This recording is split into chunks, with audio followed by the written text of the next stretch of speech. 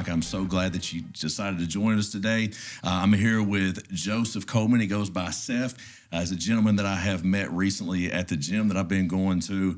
And I don't know, man, you have some awesome story. I can tell that it's coming. And so I've just been really intrigued because it seems like you've been through a lot. I know that you've been through some addiction. I know you've been through some tough times in life. And I just want to know a little bit more about it. I think there's a lot of gentlemen out there that could benefit from maybe hearing it. So just tell me a little bit about yourself real quick. Excuse me. I'm 38. I'm from Rutledge. I consider myself a youth pastor first, and then I work for Amazon part-time, delivering packages. I mean, it's a cool gig. I'm my own boss. I just kind of do my own thing out all day, so it's chill. For sure. And how long you been doing that? I actually just started back in September. Yeah. I've done construction for like 4 years. Oh, yeah? What kind of construction? Actually, I worked at Clayton. Oh, yeah. So I done trim for a big guy. I don't know why they put me in trim. Gotcha. I done trim and it sucks when you're doing like master bathrooms and you're 3 foot wide. Yeah. You got to get behind toilets. For sure, man. Well, mobile homes are hard to work on anyway, dude. Yeah. Like, I mean, just doing electrical work, sometimes dealing with a mobile home, man, that can be difficult sometimes, man. They're rough. I always hated getting calls to go out and do like a service call on a mobile home because you knew you was about to be in some mess. The way they run the lines and everything, like it's so much different than just like a normal residential house. But I mean, it makes sense that they do it the way they do it, I guess. Yeah. But so I know that you're a recovering addict as well. Like, how long you got sober? I got like 8 years full clean this time. Really, like, if you don't count my relapse, like 15 years since I was really in it full time. But like, it's been a tough road. Like, of course, I know you did the Heron. But, I was bad on opiates, which is pretty much just a pill form. The same thing, but Roxy's and Opanas. Yeah, for sure. Did you ever turn to the needle, or was you just smoking? I didn't get it. Like, I tried to smoke pills. Yeah. I felt like a waste to me. Yeah. I'm like, where'd that go? No, I just snort them. Yeah, I got dudes that would do it, and they would swear by it, man. They'd be like, you will get higher faster than a needle? Like, you do it this way. And I'm like, I don't know. You've seen that like TV show where they had those addicts on, and they follow them around all day? Yeah. And I can't remember what it's called. Like Intervention? Intervention. Like, I used to watch that. Oh, for sure. And there was that guy on there smoking a pill, and I'm like, I'm going to try that. And I was like, this is awful. Why does he do that? Yeah, it's such a waste, man. I'm like, I just wasted $80. Yeah, that was probably because I had already turned to a needle at that point, and like you're so used to that head rush from a needle, and because it becomes a totally different addiction once you jump on the needle, because it's not just the opiate that you're looking for, it's that head rush. Oh, man. yeah. And you want to get in that zone. There was nothing like that head rush. And I mean, the head rush only lasts for maybe 5 or 10 minutes, and then after that, it's just like, I'm ready for another one. Oh, yeah. And that's why people overdose a lot, man, because they're chasing that head rush, and your body can't keep up with it. I remember one time, I think I was in Sevierville. I was walking through a little strip mall. I just snorted like 2 Roxy 30s and an Opana 40. And I'm just walking, and like there's a gap between the buildings. I like just turn my head and throw up. And I never even stopped walking. I was just like, and then walked into the dollar store and grabbed a drink. Like that was like. Did you pay for the drink? Oh, yeah, I did that. Oh, man, I wouldn't have. Oh, yeah. I mean, there was plenty of times I've done a lot of stuff I shouldn't have, but you like in that headspace, like, that's the thing with me, like, as an addict, you think you deserve everything. Oh, yeah. It's a terrible sense of entitlement that we have, dude. It's awful. You're like, you owe me. I didn't do anything for you, but you owe me. Yeah. That's when you got sober, did you get sober on your own? I did. Okay. So that's one thing, and I'm not saying this about you, but like there's other people that I noticed that I've known that's gotten sober just kind of on their own. And that's almost the only downside, the only flaw sometimes I see to people getting sober on their own is you never have to face yourself truly. Like you're never sitting with a counselor that's making you deal with yourself and maybe telling you that you're that entitled person. Yeah. And so like a lot of times I notice, and I'm not saying that with you at all, but I just notice with people that do get sober on their own but never try to work on themselves, it's just like, I don't know, man. Like, they never get their life They're back. sober, but they're so entitled, man. They just think that everybody still they're still that addict. And I have addict tendencies too. I mean, for sure. I mean, that's a state of life once you've done that. Like it's engraved in you. But like for me, I went through a 6-year relationship with this woman. I have a kid with her, and I'd been on and off with her the whole span, about 13 years. Mm-hmm. Like I really cared about this girl, and like, to try to get her clean made me face myself. Oh, yeah. You know what I mean? Because, like, seeing all this stuff that she was doing firsthand made me realize I was like this. Oh, my God. Like, you know? Yeah. Well, it's like Chris Bolton said last week, I think. He was like, I was the only one that didn't know how high I was. Yeah. Yeah. Yeah, you don't ever, you're like, I wasn't nodding. That's kind of like now as a man, you know? You don't lay out, sitting, you come home from work, exhausted, sit down on the couch, and your wife's like, wake up. And I'm like, I wasn't asleep. You know, I didn't nod off. What are you talking about? Yeah. Same thing. For sure, dude. For sure. Yeah, it was some wild times out there. I'm so grateful that I was able to pull it back together when I did. Yeah, no doubt. Yeah, because it was getting a little dark there for a little while. Darkness is all I've ever known, bro. Yeah. So, what was your method of getting sober the last time? Man, Was there a county maybe that made you sober up, or did you just choose to? like I was selling drugs at the time. Yeah. I actually made front page in Morristown. Like as like a gang leader, I was like a drug leader. I was like, I'm not that big, bro, but thanks. Yeah. But at the time, I was like, yeah, I appreciate that. But like, I think like my life was messed up at the time. I was married, I was never home. I was running around, you know, in the life, and like had kids at home. I should have been taken care of, but that's beside the point. Yeah. Story goes like I was at a girl's apartment. Shouldn't have been there. Yeah. One, I was married.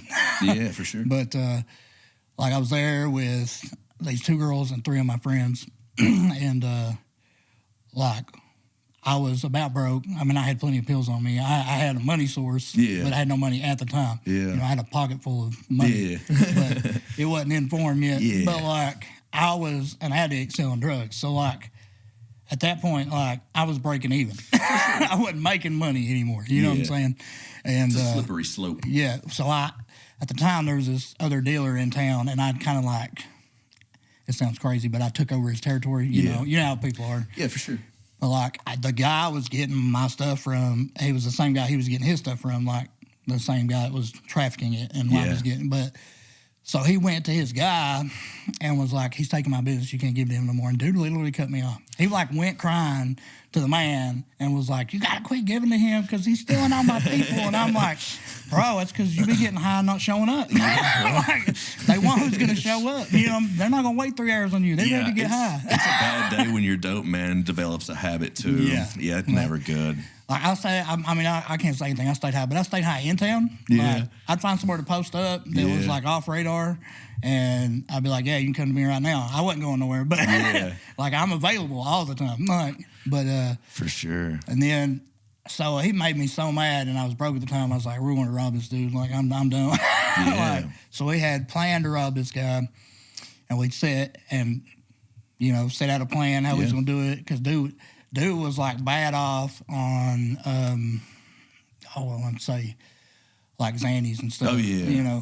So he'd get real high at night on Xannies and stuff and pass out. And I was like, shit, we can just tie him up, take a shit, For leave. sure. I ain't even got to use it. Just makes it easy. I ain't got to do, I ain't got to do nothing. He's out. Like, I can just take his shit. I know where it is. Like, I used to hang out with him. And then that was what made me mad, too. Like, we were friends. And then when I started selling drugs, he went and whined and got me cut off. And I'm like, so now I'm driving 13 hours to Florida to get my stuff. I was so mad. Where was you going down there? I was actually running people who were, like, I would take them down there. I would sponsor people. Yeah. They had, like, back problems. Yeah. And, like, I'd just get by their Well, they didn't have a back problem until they got down there and they got in the back of an 18-wheeler that gave them an MRI that said they have back problems. Yeah, definitely.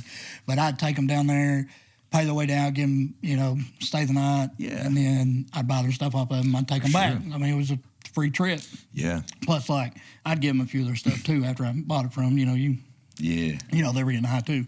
But anyway, so evidently when we were coming out of the apartment, we were kind of loud. It was like 3 a.m. And the neighbor, like, calls the police on me. Yeah. And at the time, I didn't think nothing of it. Like I got this 91 Suburban. I got like an 8-passenger Suburban. And we're chilling in the parking lot. We're like got 2 fat ones rolling around. I don't even know why I needed the blunt. I'm high as shit anyway. But we're sitting there. Well, you don't want to turn it down. It's rude. Yeah. So we're passing 2 blunts in the car. Chick's in my lap. There's another chick in the back sitting on dude's lap. And all of a sudden, this detective rolls in with his lights off. He didn't even got his lights on. He rolls in as fast as he can, jumps in front of my car, like, beats down my window. I get out. He slams me into the car. Like, he was a little abusive. I ain't gonna lie. But like, I knew the guy, too. It was the bad. like I knew him. And anyway, long story short, I had a stolen firearm under my seat. Oh, man. I had like 38 Roxys on me. I had baggies in my car. I had duct tape in my car and bandanas and masks and all that. You know, we was getting ready to go do some. I'm dressed in all black. This guy's like, oh, man. I'm like, I'm dead. Yeah. Anyway, I get in the back. I get there. And at this time, like, Morristown itself, they just now built a new jail. At the time, they were so underfunded because they were over capacity and couldn't get funding. It was like a dungeon. It was terrible down there. I mean, I've been there. For sure. But they were like, so that I didn't go to prison, so they keep it stateside, they're like, if you'll sign off on this conspiracy for aggravated robbery charge, we'll drop the gun and drug charge. And I'm like, well, I won't go to prison. It's not 5 years, now it's 3. You know what I mean? And that's not counting the conspiracy charge with it. So I'm like, conspiracy is such a crap charge. Yeah, it's crap. Like I like the lowest felony you can get, but I'm a felon. Like you it's can't crap. fight a conspiracy. There's nothing you can do. Like I plan to do something. Yeah, you didn't even catch me in the act, bro. Yeah, I don't know, but thanks to Obama, that is now a felony. It used to be a misdemeanor. Yeah,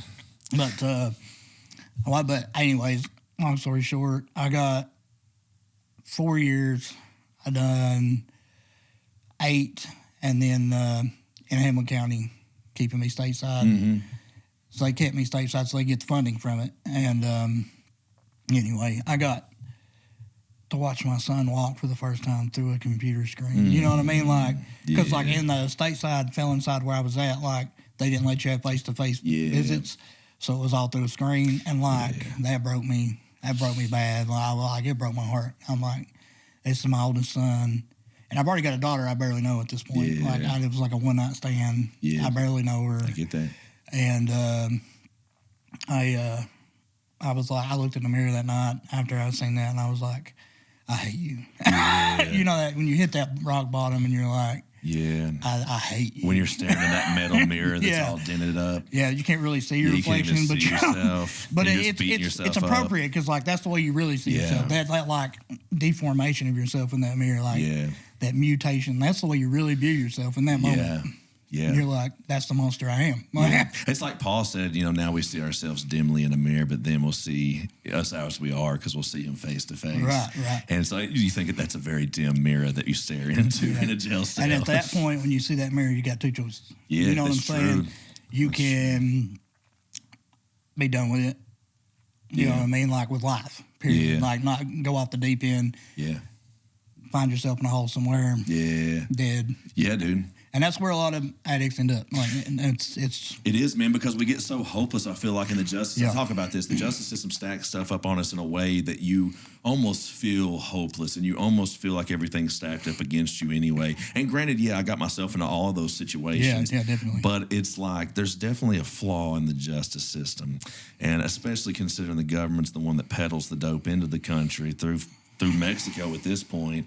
The fentanyl comes over from China. Oh, all them tunnels they just find. Yeah, and they so, know where those were. It's crazy that they funnel it to us and then punish us when we get rowdy with it. You know what I mean? There's a reason why gangs tell you that you can't be on heroin or a needle. There's a reason why gangs don't even affiliate with heroin and needle a lot, because once you get on that needle, you're done. You can't be trusted. You can't. Well, in life, like I found out that once you create a crutch for yourself, it's real hard to get off that crutch. Yeah, we can create crutches out of anything. I'm good at that, dude. I can create crutches. I think that's a core problem for addicts. Like, we need a crutch. Like, we can't face our life. And that's what drugs are to us. We're like, I ain't got to face it.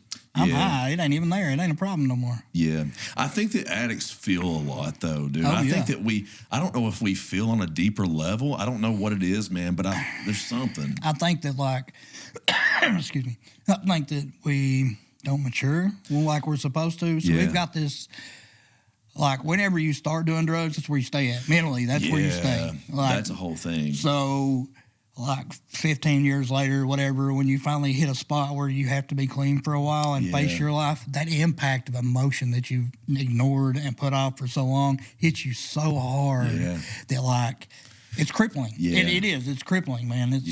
Your mind kind of goes back to that state of where it was at. That was the last time it remembers just being normal, maybe. Yeah. I don't know. How old were you when you started getting high? Oh, man. I was in middle school doing pills off the table in the lunchroom. Yeah, for sure. I mean, like, my life was screwed up. And, like, I mean, I'll start at the beginning. Like, my life was a mess. When I was a kid, like, my dad was an alcoholic. He was abusive. Mm-hmm. And I don't remember going to school. I don't even remember this, but I remember the emotion later that I had, and we'll get to that. But, like, I went to school, and they're like, where'd you get these bruises? I'm like, my dad. And then they're like, they kicked my dad out of my home. You know what I mean? Yeah. And I'm like, and it was probably a good thing. But at that time in my life, like, all you know is, like, I just separated my family. I just ruined my family. And I grew up with that, like, thinking my mom looked at me like I'm the reason my dad's not in my home. Because they never, like, really split up throughout my life. My dad just wasn't allowed to live with us. Yeah. And he was a iron worker anyway. So that's a different breed of dudes, man. Gosh. Yeah, my dad, he built cell phone towers. Yeah. So, man, iron workers, that is a different breed. You got to be, Yeah, he's a crazy dude. For sure. Ex-Marine. Yeah. Like, and when I was a kid, like, I'd say, like, he'd get drunk and he'd be like, hold this weight and do sit-ups for like an hour. Like, dude, I'm 9. Like, why am I doing sit-ups? Yeah. I had washboard abs at 9 years old. Oh, yeah. Like, my dad, like, and that's a different kind of abuse. You know what I mean? Like, it's like a mental, it gets messed up. My dad would be like, here, smoke a cigarette. And I'd hit it, and he'd be like, I'd choke to death, and he'd be like, yeah, that's why you're not going to do it. And I'm like, yeah, that makes no sense, bro. Yeah. Same thing with beer. He'd be like, here, take a drink. Yeah. You know, as a kid, you're like, this is gross. Why does anybody want to do this? But what would he have done if you would have took a swig and be like, man, let me get another one? Yeah. You know, what would Whip you do? my ass, probably. I got no. Set you up for failure there. Yeah. But, like, that was like, and like, I remember, like, the first time I ever had my nose broke, I thought it'd be like playing sports or doing something crazy. My dad was drunk one time. He was like, you want to learn how to fight? I was like, yeah. He kicked me in the nose and it said cowboy boots. He broke my nose. Gosh, dude, he's like, learn how to block. I'm like, what kind of brutal shit is that? Man, dude, that's tough, man. That's childhood. And, but no, man. Did you have brothers and sisters? Oh, yeah, I got 2 little brothers. I'm the oldest, which makes it worse. Yeah, you got like, you shoulder this stuff. As like the oldest, you're like, now I got to play dad. You don't, but that's the way you feel as the oldest. And I feel like that caused a rift between me and my brothers because I tried to be a parental figure instead of an older brother. Yeah. So we're, even to this day, like, we're not insanely close. Yeah, I get that, dude. It sucks, but I get that. Yeah, dude, my dad was, I don't know, my dad was real controlling and he could get physical. He didn't get as physical with me as he did we had like an adopted brother. Okay. And he kind of got the brunt of it. But, you know, when you're talking about having that guilt, my dad still to this day will say, because when I was 16, they came and took us out of the house. Yeah. And because my little brother started going to school with bruises and stuff. And at first I covered for him. And then I tried to make my escape to go to my mom's. I kind of gave him like his chance, like, I'm going to my mom's. And he's like, no, you're not. And I was like, yes, I am. And so the next day I just had DCS, you know, come to school and told him everything, you know. But after that, though, my little brother and sister, they went into foster care for a little bit. I went to my mom's. And my little brother stayed in foster care for the next 4 or 5 years. And then my little sister ended up going back to my dad.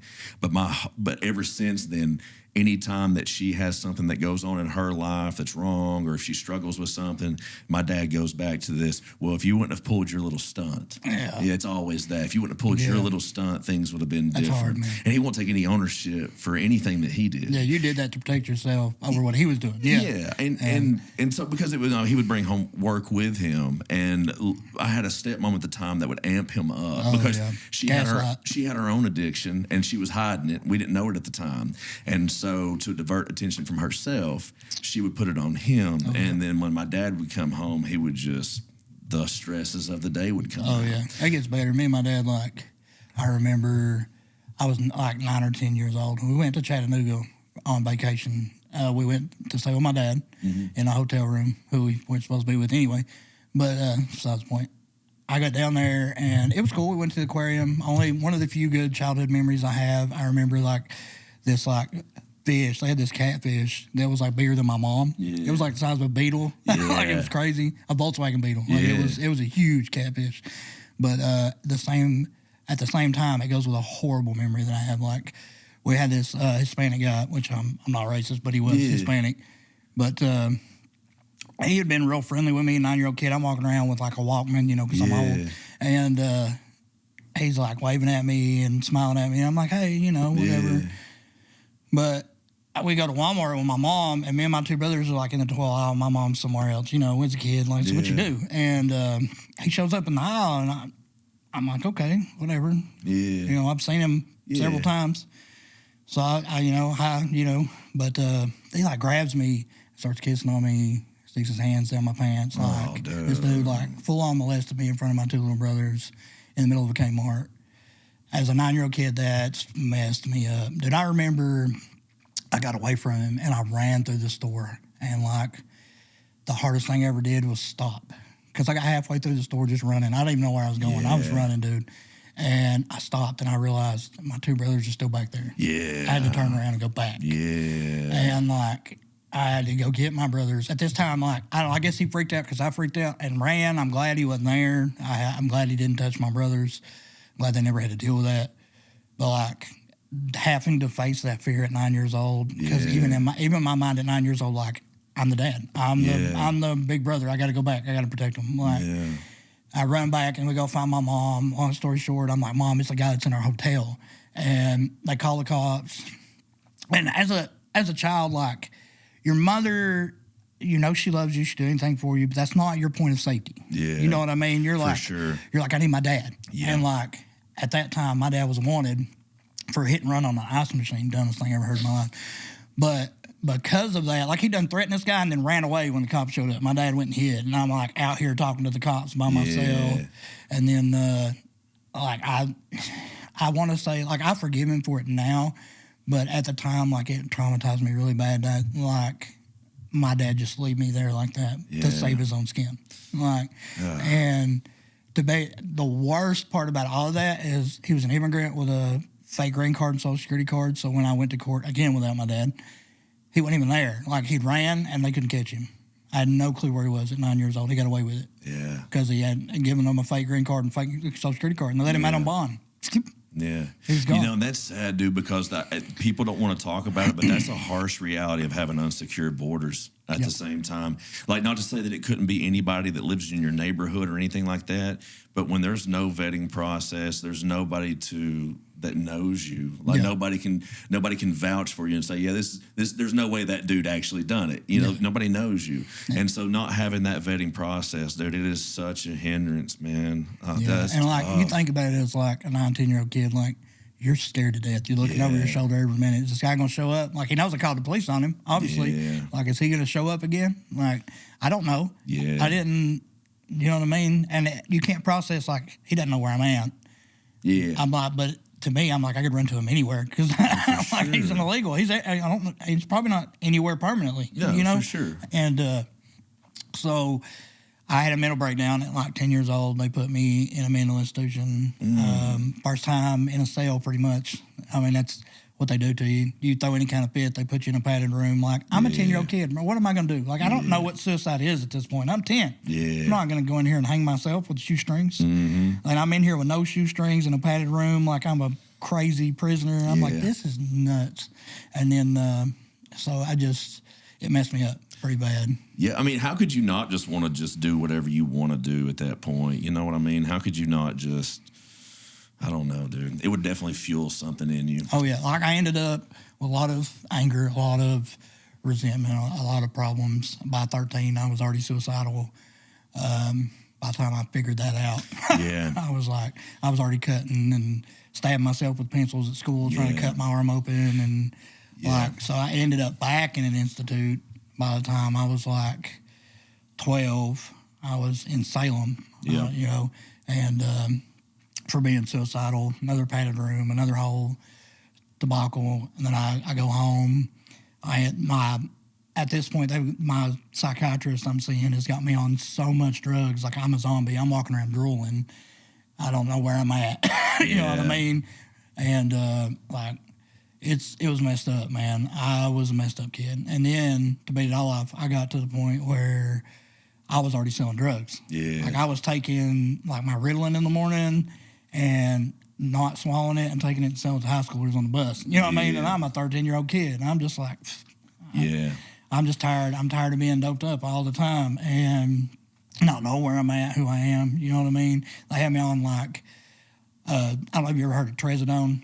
Oh, yeah, because they had me on so much medicine I couldn't sleep. Yeah. So then they would drug me to sleep. I remember like there's times I get up in the middle of the night to go make a plate. I get you take trazodone and then you get hungry. Yeah, like they give us trazodone in rehab. Yeah, yeah. And I'd get hungry, so I'd go in the kitchen and make a plate. I wouldn't make it back to my bedroom. I get halfway through the house and just collapse on the floor. It just knocked me out. Yeah. And so at 13. I'm already on drugs. I'm snorting Xanaxes off the table. I'm hanging out with kids that are like older than me doing drugs. Like I had no care in the world. Yeah. I just don't want to deal with this anymore. Like at this point, like I'm 13. I already want to die. I'm over it. So my brothers see me sell some pills on the bus, tell my mother, and I figure, it's my mom. I'm safe. She's gonna be like. She's going to watch me like a hawk. It's not going to happen no more. No, she calls the school because she's freaking out. She's going to get in trouble, I guess. And so the school calls the police, and then I end up on probation. I end up in a halfway house, locked up again, in a bunk room. I'm like legitimate sale at this point, just pretty much. I'm institutionalized already. And, I'm like, it was a church one. Like, they'd take you to church on Sundays and all that stuff. But, like, I was so far gone at this point. I wasn't listening when I was there. Oh, for sure. And like that was the only time we got to see. Definitely not something you want to hear. Yeah, that was the only time I got to see the girls. So I was too busy flirting. I was like, whatever. Just wanting to cope. Yeah, I just want to cope, man. I just want to revisit something real quick before we keep moving on. Is because I think it's something that needs to be talked about and something that needs to be discussed more. Gentlemen, if you have children, you have to be more than vigilant. And you have to not just be so dismissive sometimes. Because sometimes if something seems off, it is. And kids don't always know how to communicate what's going on. And so you have to be paying attention to your kids and what's going on with your kids, who your kids are around. Because statistically, I want to say it's 75 to 80% of addicts have been sexually abused as children. Oh, yeah. I did not have that experience. I'm just truly an addict by nature. But man, just sitting in so many NA and AA rooms over the years, I can attest that's probably a pretty accurate statement. And so, addiction doesn't discriminate, and it could attach itself to anybody. It could be because it's a genetic thing in a lot of ways. However, if you want to set your children up for success the best way possible to not be addicts, considering that 80% is just from sexual abuse. Being more vigilant with that as parents, like that's something that we have to do. And here's another thing too, like I have young daughters, and there are even a couple of older boys. I don't want to call any regions or anything like that, but when they're around, I will tell my daughters, if that person shows up, you're to leave. Oh, yeah. And even though the other person's a kid, there's just something that doesn't sit right there as a father. There's either things that have been said, or maybe I don't know. But and that's the thing too, is people that abuse typically have been abused. And so just a child could be abused, and a child doesn't know what else to do except mimic that same behavior. Yeah. And so you have to be vigilant with your kids, even with their friends' siblings, like being over at their friend's house. Like that's a whole thing. I know so many people that's got some terrible, terrible stories just because of that. So obviously at the end of the day, there's a lot of things that we can't control, but man, this is something that we have to just do everything that you can, man. Yeah. I'm not done yet. I will get to that in a minute. For sure. But so at this point, my mom's like, I don't know what to do with him. I'm like, I remember getting an argument with my brother in the back seat one time, and I just tried to snap his leg off. I was twisting. I was psychotic to the point where like I just blacked out, and I carried that into adulthood. I had this like demon in me. Like that's the only way I can explain it. There was this darkness just in me that like I couldn't control. Like I could literally. It was like when it would happen, I could see everything that was going on. I had no response. Yeah. There was nothing I could do. I couldn't stop it. Yeah. Like in my mind, I'm like, this is horrible. But like I couldn't control it. Yeah. I wasn't present. Yeah. And but anyway, so my mom's at the point where she doesn't know how to deal with it. So she gets in touch with people, and she pretty much like hands me over to foster care. Mm-hmm. So I go to rehab for all the medicine the doctors got me on at this point because I'm like walking around zombie. And when I get out of rehab, I think I'm going home. And they're like, no, you're going to a halfway home with foster care that they don't actually have custody of you, I guess. Yeah. It's like a correctional foster care thing. But so I go into foster care, and the foster care was another terrible thing that happened to me. Like these people, the parents were like, they let me smoke, they let me dip, chew, whatever we were doing. You know what I mean? Like they didn't care. They just wanted to check. Yeah. Like the mother and father didn't even get along. I think they ended up getting a divorce later on. They caught the dad cheating on the mom, and that was a whole mess up story. But there was a kid there, and I'm not going to say any names or put it out because I have nothing against him. Like, but he was like 17 at the time, almost 18, and he was like, I got bunked with him. And he had been sexually abused by his grandfather and his father. They ever like tied him to a chair, was doing terrible things to his kid. So that's the reason like I can forgive him because like that's all he knew. Yeah. Like that monster in him was the same as the monster in me. You know what I mean? But he raped me like for like 7 months. Oh, dude. And so at this point, I'm done. I'm like, I can't. How could you not be? I'm done, bro. Like, why does this keep happening to me, man? And I remember, like, I played the perfect kid so I could get out of that place and to the best of my abilities. And I like the first time I went home, I was so angry over all of it, and I like had so much blame for my mother. Like, why are you not here for me? Why did you give me away? Like, why this is happening to me? Because you couldn't just take care of your son, like, you know. But like I was a messed up kid. Like I, you know, it's not her fault. I mean, it's the world done it to me. But like I went home one time, my dad was around, and I remember like we were like kids, like we do stupid shit playing games. Like we was like throwing apples at each other one time, and like my brother gets mad because I beamed him with an apple. He starts picking up rocks and beaming them at me, and I'm like, if you don't quit throwing rocks at me, like I'm gonna mess you up. You gotta stop. And he's like. He just loses it and starts slinging them at me. And I hit him like 3 times. His face is purple. He's laying in the ditch. Like, I just snapped. and I tried to, like, I felt it coming. I was like, you got to stop. I'm like, quit. Yeah. You know, I tried to talk him down because I'm like, I felt it coming. Yeah. And I remember, like, my other brother went inside and got my dad. And my dad just starts taking his rings off his hands and setting them on the back of the car.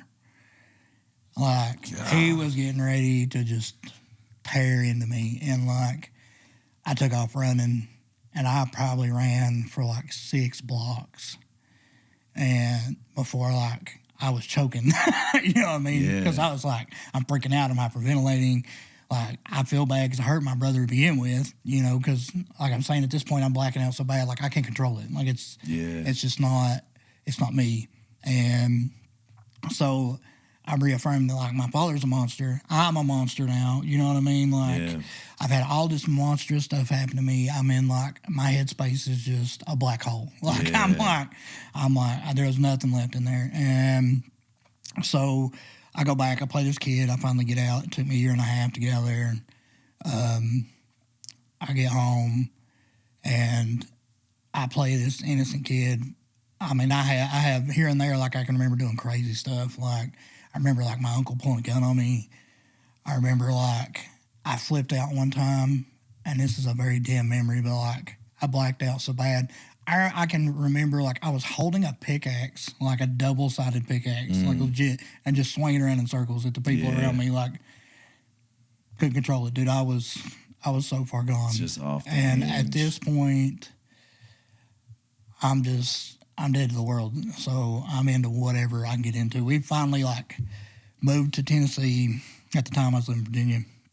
We moved to Tennessee when I was, like, 15. I get into, like, I'm doing, like, ketamine and cocaine, and then like, I'm 15 years old. I'm hanging out with whoever's got the good drugs. I don't care. Like, and I'm staying with, like, this 16-year-old girl all the time. Her parents didn't care. I just getting lost in that and the drugs and just having a good time. And at this point, like, I'm like hardly going to school. By that time, I like a lot of times I'd go, I'd get on the bus, I'd ride to school, and there was like a Dairy Queen across. I'd walk over, get breakfast, and then I had one of the old men that was hanging at the Dairy Queen just take me back to the house. I'm like, nobody'd be home. Yeah. I'd be like, I'm like, no. And then I'd be like running over to some girl's house. Yeah. You know, Oh, I just didn't. I didn't care. I'm just trying to cope every way. Like anything to take my mind off For of sure, dude. girls, drugs. It didn't matter what it was. Oh, yeah, you know what dude. I mean? I get that. So, yeah, I'm like trying to find anything to cope. And at this point, like I'm working pretty much a full-time job to take care of all my habits and buy my own clothes because, like, I still, like, want to be accepted. Yeah, for Because, sure, like, I'm like, all these people do all these bad things to me. I don't know who I am. I don't know what's going on in my life. I'm so lost. Like, I just want to fit in somewhere. Yeah. Somewhere. And, like, for me, that was the crowd that was doing drugs. Like, Yeah. we were all messed up kids. Like, it's just the way it was. Like, but like, I was working to, like, be able to wear American Eagle. We were poor, you know what I'm saying? And be able to have a cell phone. Like, at 16, I was paying for my own cell phone. I was working full time and trying to go to school and didn't care. But then I remember, like, my grandmother died. I was at work, and my parents, like, called me and tell me. And I shut down. I'm like, dude, I can't take no more. Like, Yeah. Which, on your mom's side or your dad's my side? dad's. Okay. I didn't Was you really- all close? Or? Yeah, we were I real got close as kids. My grandfather was my hero. Yeah. Like, my dad's, like, he was abusive. He was a drunk. But for me, like, my grandfather was somebody I looked up more than anybody. Like, he was a federal mine inspector. He was inducted into the U.S. Marshals. Like, Yeah. just, you know, they Cool just give it to stories, him. man. You know, Yeah. he read in 5 languages and spoke in 3. Like, when computers come out, he went back to college just to learn how to use them. Had his own, like, computer lab in his house. It was cool. We go over and play on his computers. Like, he had magazines around his house in different languages. Yeah. You know what I mean? It was all, like, he was like my hero. Like, this is awesome. He's so driven to just know more, be more. Yeah. You know what I mean? And I'm like, this. I remember when I decided, like, 13, I got a guitar. One of my dad's ways of trying to be dad. And when he'd come off the road, he'd bring me something expensive because he didn't know any other way to be a dad. Right. Because, you know, iron workers make good money, but they don't send you nothing home. You know, they're too busy getting high and chasing women. But, For sure. I get that. you know, it's addiction is. That's what I'm saying. They're a different breed. Yeah. But I went in the house and was playing my guitar, and my granddad's like, that's out of tune. I'm like, how you even know that? Oh my God. Like, he was just that way. Yeah. He could just hear it. He's like, no, it's out of tune. You need to fix it. I'm like, that's crazy. Yeah. So, like, he was my hero, man. And she died 11 months later. He's got cancer. He's dying. I quit school, get my GED. I move in with him. I start taking care of him, which, like, I'm glad I did it. I'm glad I got those last moments with him. But, like, also, like, I know it really hurt his pride because I think he knew how much I looked up to him. Yeah. And, like, I had to cook for him. I had to get him out of bed. Like, I remember going in there. He was crazy. This is why he's my hero. Like, I remember going in there one time, and his legs were swelling so bad. Like, he couldn't get up. He couldn't hardly move them. He had tied a string to his foot so he could move his leg to get out of bed. Like, he was like, I'm doing it myself. He's got determination, He's like, man. I'm doing it myself. I don't care. But it was bad. Like, he had gut cancer. I got you. And he was, like, passing blood clots when he was in the bathroom, and, like, he was miserable. And I remember at that point there was this gay dude who was running drugs to my grandfather's house for me. Yeah. Still getting, you know what I mean? I'm still getting high. For sure. I'm an hour and a half away. I'm over in, like, Bingstone Gap, Virginia. You know what I mean? Yeah. I'm, like, 3 hours away. And this gay dude's, like, bringing me drugs and, like, getting me high and taking care of me. And I'm like, what is it with these gay dudes? And, like, you know, I had all these experiences. I'm like, and this guy's, like, wanting to take care of me and do all this. So I had that run-in with that experience, like, and I never had sex with the guy. Yeah. But, like, for all intents and purposes, I mean, he was taking care of me. Yeah. I mean, even after my grandfather died and I moved back, I lived with him. And a lot of that was me, like, trying to figure out, like, what is it about me that keep attracting this crap? Like, I don't, why is this happening in my life? But that didn't work out because he caught me sleeping with a girl in his bed. So it was because I wasn't gay. Yeah. Well, You know. it's like that. But yeah. So he kept me high for a long time, and I just let it go. Like, you know how it is. Yeah. As an addict, you're like, hey, this guy's keeping me high. Dude, I get it. You know what I mean? Yeah. Like, and I wasn't asking for anything for it, so I was down. I was like, whatever. For sure. I get that. Know? And, but, like, I have been up and down, in and out of everything. Like, I'm surprised I never got on a needle, because I watched my friends when they turned to it. I had one best friend. And I've always been like that. I've been a huge introvert. I've always had like one best friend at a time. I just like hung around that guy and didn't really have a crowd of people. And it was just somebody I could fall back on. And it was like a brother to me. And that was it. That was enough. You know what I mean? And it's easier to let one person in than it is a group of people too. Sure. You know what I'm saying? And he was horrible anyway. He was always stabbing me in the back. But whatever. You cling on to what you got. Yeah. As an addict, like, it's normal. Yeah. Everybody in your life's like that. But so I was just running around with him doing drugs for years, and boy, I don't know. Like, I think it's funny. Like, in this day and age, we think that like how many women you can conquer, like, makes you a man. Dude, I'm way over 100. I quit counting years ago. Yeah. I mean, I've been with dubs and over, way too many women. All it does is desensitize you to what marriage is supposed to really be like in the long run. But I was trying to conquer anything in my life I could. Yeah. I'm so lost. I get that. And when you've had no control. No. Yeah. No, man, I didn't care. Like, it was just the way I was. I was so messed up at, I guess, 22, 23. I had a religious experience, which is sad, because at this point, like, I'm an addict, like, full blown. I'm barely in my 20s. Like, I'm dependent. And I've got these guys around me who are, like, in church doing the right thing. It was weird that I ended up in that crowd to begin with. I don't even know how I ended up in that crowd. So I had this religious experience, and, like, spend, like, a month at my mom's, locked up in this bedroom, sick as shit. Just, like, I told her, like, lock my keys up, don't let me out of this house. Like, I didn't come out. You know what I mean? Like, I think I barely ate. You can't. You can't. And you're like running to the bathroom and can't move. Oh yeah, it's miserable. It's miserable. Being like you hurt all over. It's terrible, dude. It's like having the flu, like a really bad flu. Oh yeah.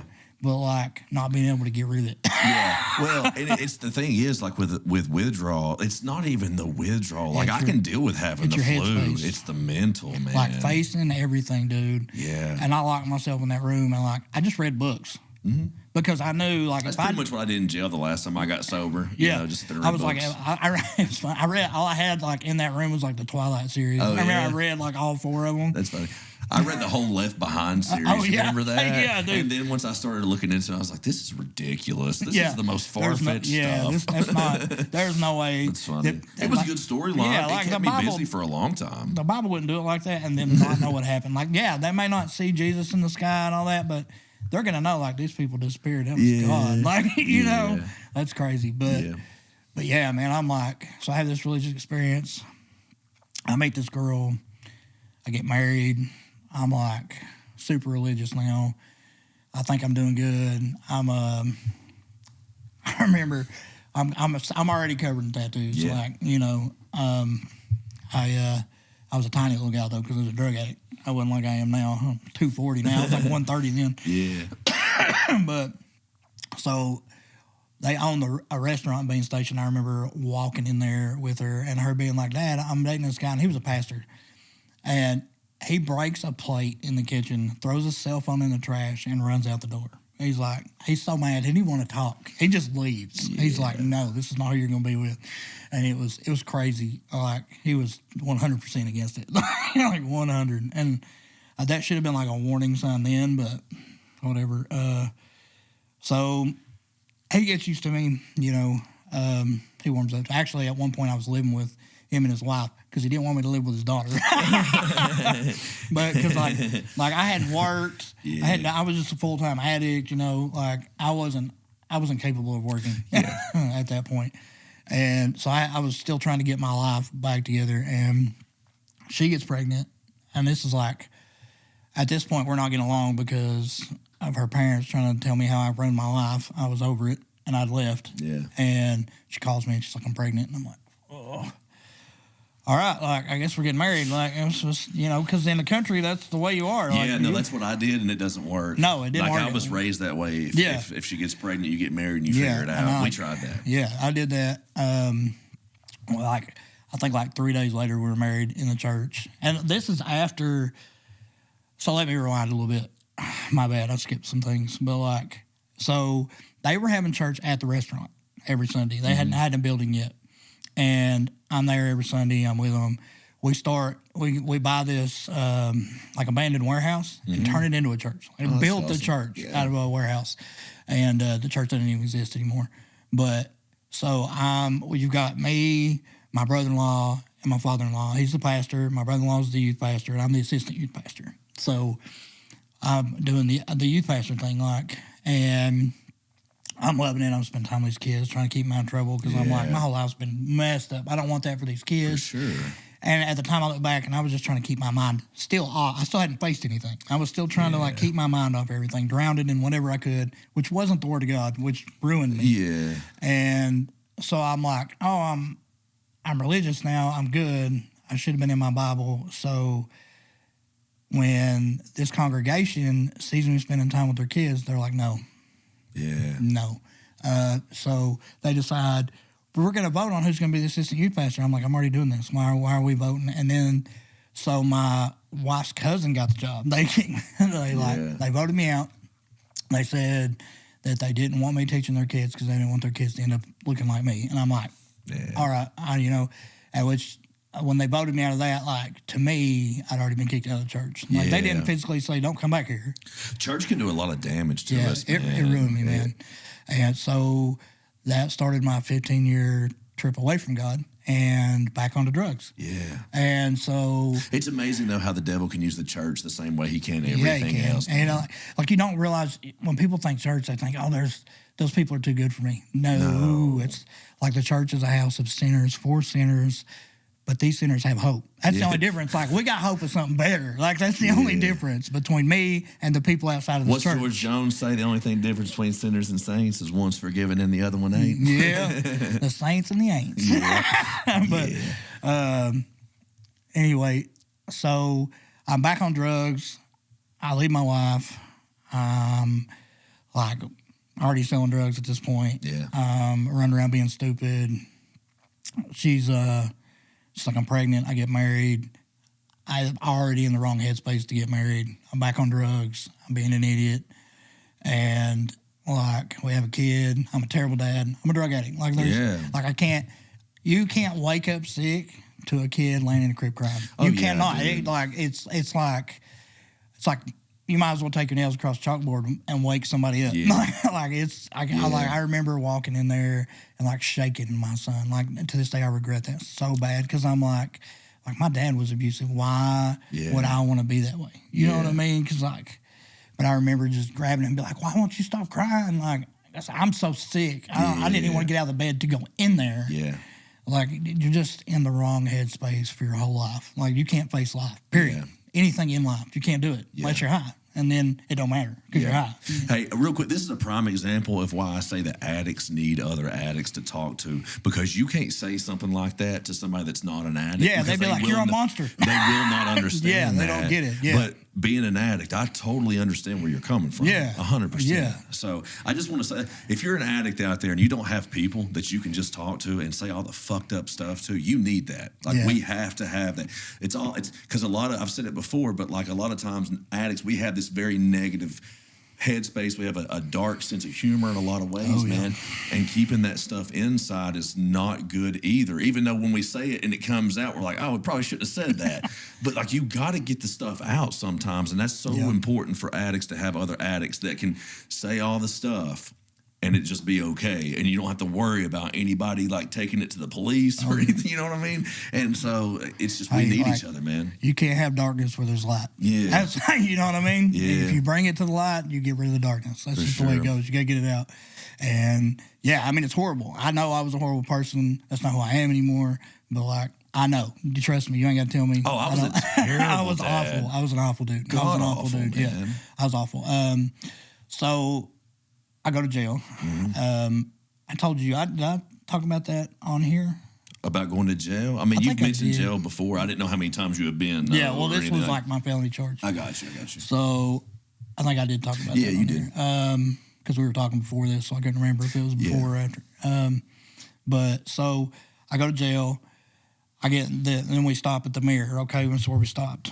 I looked in the mirror in that jail cell after watching my son walk for the first time through a screen, and I loathed myself. Like I can't tell you, like, hate isn't a strong enough word to explain the way I viewed myself. It's not. Like, I hated myself. If I could murder myself without dying, that's what I'd have done. Like, you know what I'm saying? Like, that sounds crazy, but I get that. But like, you know, at this point, you got two choices. And I was saying that earlier, like I didn't get to it. You can either sink into that hole and not come back, or you can be the person who's like, I'm going to change who I see in this mirror. Yeah. And I don't know why. I guess because I'd spent so much time. When you go to jail, like, there's no escaping who you are. Yeah. None. And after seeing something like that, you spend every night, every minute, when you're by yourself, thinking about those things, everything you've done. Because, like, up until this point in jail, like, I didn't remember shaking my son. Yeah. Like, that came back to me when I was sober. Yeah. Because that's what happens. Like, you block all that stuff out getting high. When you're sober, you can't block it anymore. Like, there's nothing to chase that away. So all these things I'd done, all these terrible, horrible things, like, that I'd done to people, like, I had to face it. I had to face who I was. And, like, that's why I say, like, if I could kill myself without dying, that's what I'd done. Because I hated myself, like, beyond that word. Like, there was no love in me for myself, period. Yeah. Like, and so I start working out in jail, clearly just for headspace. Like, I needed it. And it's water bags, you know. Yeah. You remember that? Yeah, water bag workouts and, you know, calisthenics, the good stuff. Busted. Yeah. Flooding out the cell. Mm-hmm. Yeah, because you got them, like, T-shirt bags that are like this trying to do squats and curls and stuff with them. You know, that's how I know a gallon weighs 8.8 pounds. Yeah, you know what I mean? Because you're trying to figure out how much am I working out with here. But so I start working out in jail. It helps me in my headspace. I start doing Bible studies in jail. But you know, of course, it was jailhouse religion. When I got out, I wasn't doing that. But I'd sit with guys and try to, like, go through the Bible with them and stuff. And it helped me, but I wasn't looking at it as in a relational aspect with God. I was just like, it was headspace. Like, I needed that in my headspace. Yeah. And, like, there's a reason that brings you peace, even if you don't know what you're reading. But For sure. Even if you don't have discernment, you still find peace in the Word. Yeah. Like, I'm just saying. But I stay clean because there's all kinds of drugs in jail. If y'all don't know, I get higher in jail than I can on the street. It's easier to find. Especially in these outer counties, man. It's easier to find. Like Knoxville's got it a little bit figured out. Like, you're less likely, but you get these outer counties. Yeah, people like you. I know people that used to go to jail when they just couldn't find dope. You know, it's for real. Like, we'd pay girls to sneak shit in and then sneak it into our water jugs or whatever we get in with, or, you know, people butting stuff in. But that was always horrible. You got like 6 guys standing over a guy trying to force him to get it out. Like, you better get that out now. Yeah. Those are terrible experiences, bro. You don't want to go to jail. But I'm telling you, I've seen some crazy stuff. It's some wild stuff. I had my head split and 2 ribs broke in jail. Like, in the slams. I had a coffee pot water to the face one time, bro. That was rough. My cellmate, when I was in the slams, that was when I first got locked up, because they let me out and then I went back to serve time because I got out on bond. But, like, the first time in, I was dope sick as shit, and because they just arrested me. And I'm like wrapped. I got a blanket wrapped around me. I'm walking around talking to people. Well, my cellmates found out that I found out they were stealing from me at this point, because I found out in jail that they were robbing from my house. And I'm like, I'm pissed, but I'm so sick, like, I can't do nothing about it. And I'm just trying to deal with it and get out of here. Yeah. Like, and so they, like, steal something from the cell next to me and blame it on me. This, like, jacked up black dude. I'm tiny at the time. I'm not like I am now. Yeah. This guy, and, like, he was a lifer. He'd been in and out his whole life. That's all he knew. Career. Know? Yeah, he was a career guy. He just worked out all day, like, keeping himself. He was jacked. I'm over here asking this black dude in another cell, like, if I can get a haircut.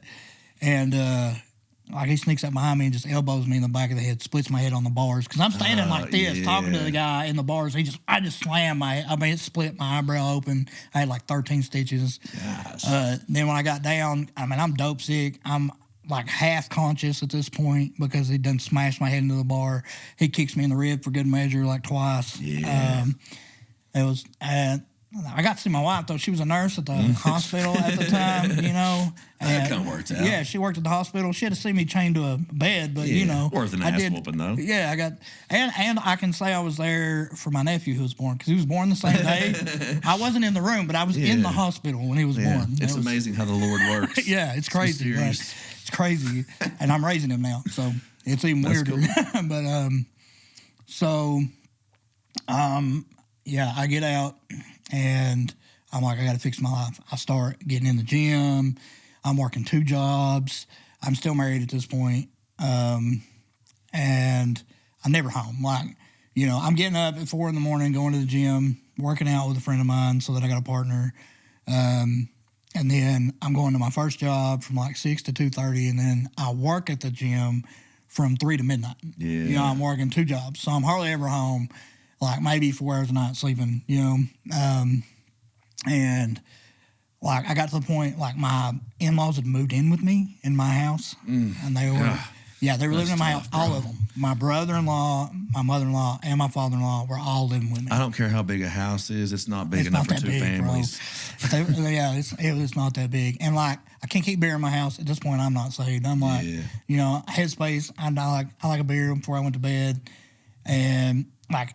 I come home, I couldn't even sit on my couch. My brother-in-law would be asleep on my couch, and then I've got nowhere to go. My wife's like, you can just come to bed with me. Like, you don't know what it's like to not be able to wind down, you know? Especially when you've been running for that many hours a day. You gotta have one. I gotta wind. Because everybody's like, oh, you only got 4 hours of sleep. You better get some sleep. It ain't that easy. It ain't. You can't just shut it down. I wish I could, especially being ADHD. I'm sure you know that now. Like, my headspace don't stop. No. It don't stop. I get in mine bed. Will stop for a little bit. So I'm good with going to sleep, but then mine wakes me up about 3 a.m. Yeah, and then my mind just starts going. I keep going until I'm so tired I can't keep my eyes open. I got and you. then I pass out and I sleep great and don't ever want to get up. Dude, about 3:30 every morning, dude. My mind, I'm off to the races. So on top of all the fucked up shit in my life, excuse my language, I have insomnia at this point, pretty much. Like I can't go to sleep till I pass out. I'm still like that to this day. Like if I'm not exhausted when I go to bed, I'm not sleeping. I'm like. I don't get in bed till like midnight, 1 o'clock, and I get up at like 6 and go to work. Like I try to get 5 to 6 hours of sleep. If I can get that, like I'm good. I'm good. But I can make it through tired because I've had to do it too many times. Oh, for sure, you know.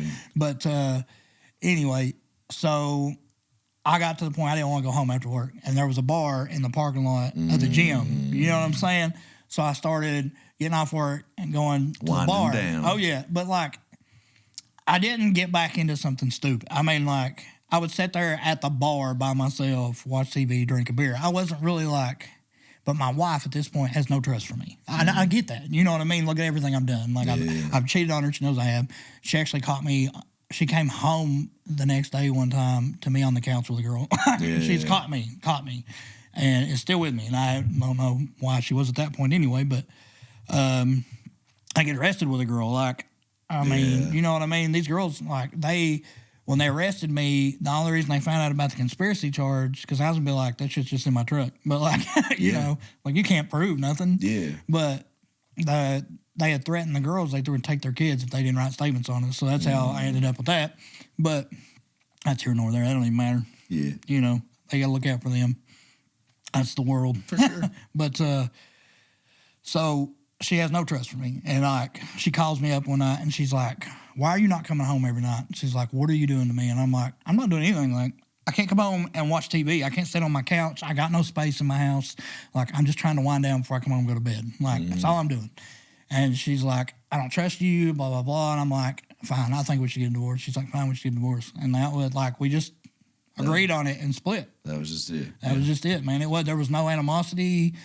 I mean, it's probably the cleanest break I ever had in a relationship, but it was still like at that time we were both in the wrong headspace to say that to each other. Yeah. You know what I mean? She's now in her 3rd marriage, so evidently, like, it wasn't the right place. Yeah. And I'm on my second. My marriage is great, and I think hers is now. He's a great guy. Yeah. I say that because like he's really good to my kids. For sure. He's like I can be really friendly with the guy, hang out with him, you know. And I'm just glad because her last husband was an asshole, and I wanted to beat the crap out of him. But you know, I'm just gonna be. I mean, like I'm just gonna be honest. Like my daughter told me he slapped her one time, and like it took everything in me not to go over there. So you know, I'm like, that's not your daughter, bro. I'm like, I don't lay hands on my daughter. You're not gonna do it. Period.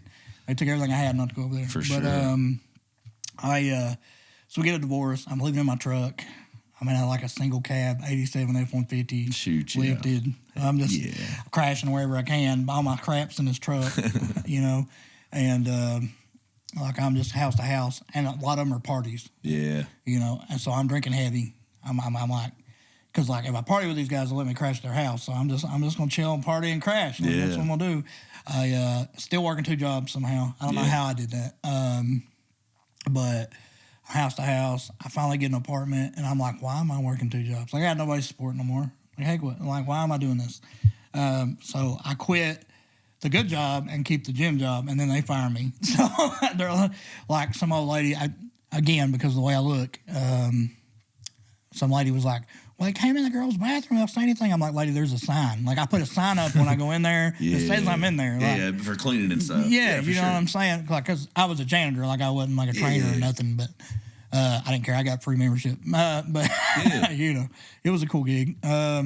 And a lot of times I'd get an extra hour workout on my lunch. Like, you know what I mean? Can't be upset with that. No, but so in my headspace, I'm like, the gym's more important than the money. So I'm like, I get a free hour workout, whatever. I kept the gym job. And then, like, when my 90 days came up, he's like, some old lady said this, and we're going to let you go. I found out later that, like, he'd done that to, like, the last 4 people. They hit 90 days, and he let them go. Oh, yeah. I was like, this is crazy. But anyway, I probably, you know, so I go on with my life. I'm in a little apartment. I end up with bed bugs. Got to burn everything I own. Like I had to get rid of everything I owned, and I'm broke. I'm alone. Like I think I like started messing around with people who were on drugs again, and I think I done a couple, but I wasn't like on drugs again. Like I was pity partying myself. You know what I mean? For sure. And so. I meet this girl at the gym while I was working there who's older than me and like wants to take care of me, and I'm like, I'm moving with you. Shit, no. You got nothing else You know what I mean? on? I'm still in my addict headspace. Like I hadn't yet faced everything. You know what I'm saying? And I'm like, sure, you want to take care of me? Like whatever. And then like that went south 9 months later. Of course, at this point, like I'm on steroids, and like she wants to fight with me, and I'm like picking the couch up and slamming it on the ground, scaring the shit out of her, and like it's just not. I'm like in a bad. Yeah. I mean, it's a different kind of drug. You know what I mean? Yeah. And like it's not. Do you think that was there a draw for that for you to like obviously because at that point it probably wasn't to just go compete or do anything like that. Was it just maybe because you felt like you were just like a smaller dude, maybe had no control your whole life and just were trying to make yourself that one thing that would just... Oh, yeah. That's kind of what I did. I mean, it's bodybuilding's what it done for me, man. It gave me the confidence that I never had. I wanted to be scary. Yeah. I get that, dude. Like, you think about it, like I'd been abused, I'd been molested, I'd been raped, I'd been taken advantage of, I just wanted to be so scary. You didn't want to mess with me. Dude, just leave that dude alone. Is it not crazy, though? Like, it's so easy to sit there and look at somebody at face value and be like, man, that dude's what? But then, like, when you sit down and you know somebody's background and you take the time to get to know their story, you're like, dude. I don't even look for fights. Yeah, no. I'm walking 20 miles out of my way to avoid a fight today. And, like, don't get me wrong. Like, if you give me something I need to protect, I got you. Like, I ain't letting you by. It ain't happening. Yeah.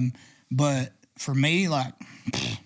You do that. I'm not, after everything I've been through, what can you do to me? Like, it definitely helps get rid of the ego. Just once you've been through so much stuff, like it kind of helps you walk into more humility in a lot of ways. Yeah, people are like, how you let them talk to you like that? I'm like, I've been through worse. Like, it ain't worth it, bro. It ain't worth it. They got their own stuff going on, you know.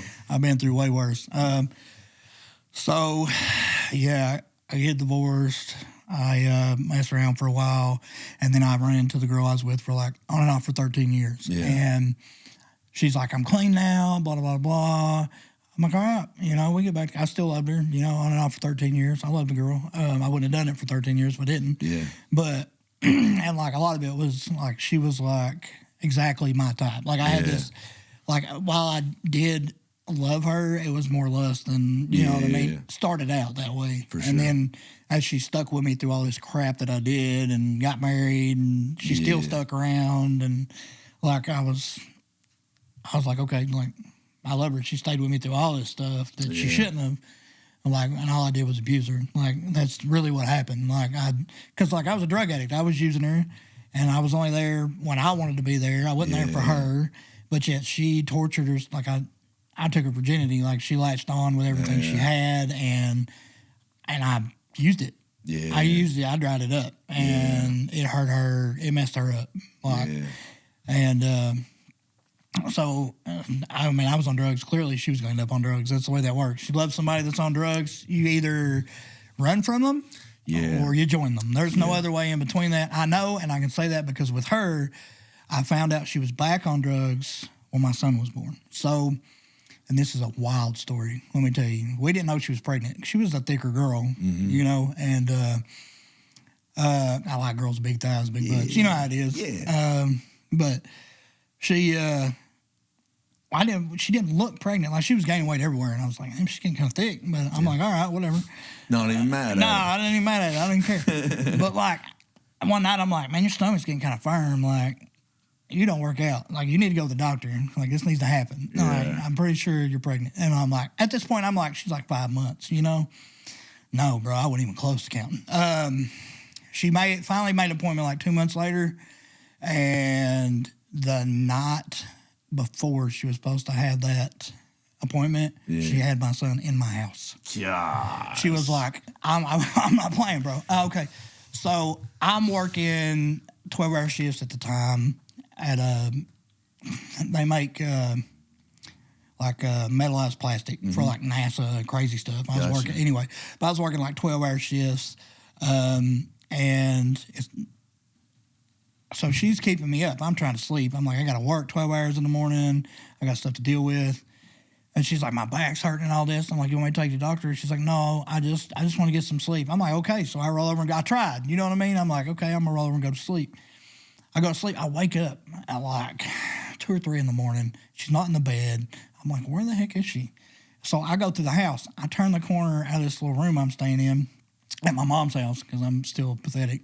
And I turn the corner, and there's blood and water everywhere. It looks like, I'm like, there's a crackhead in my house that like tried to drown somebody, and they wouldn't die, so they stabbed him to death. Like, there's blood and water everywhere. So I start following this trail because, my life's so messed up. Like, what can you do? Yeah. Like, I follow this trail through my house.